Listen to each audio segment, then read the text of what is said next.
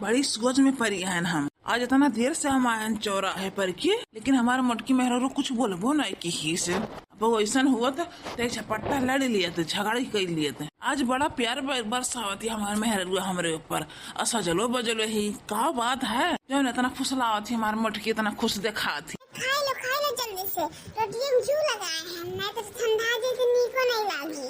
1 घंटा से खाना बनाए तू लखत रहन चमेलिक बाबू कि अब आवा खा। लेकिन अभी न की है तू आयो, जल्दी खा लो, ये हम बिना हो की था। नम। लेकिन हम बहुत सोच में पड़ा हन यार। जरे जा हमारे चमेलिया बापा बहुत सा कहाँ है, कहूँ न सोच ले कि हम नहीं हरे जवाई यहाँ तो फसलाई था।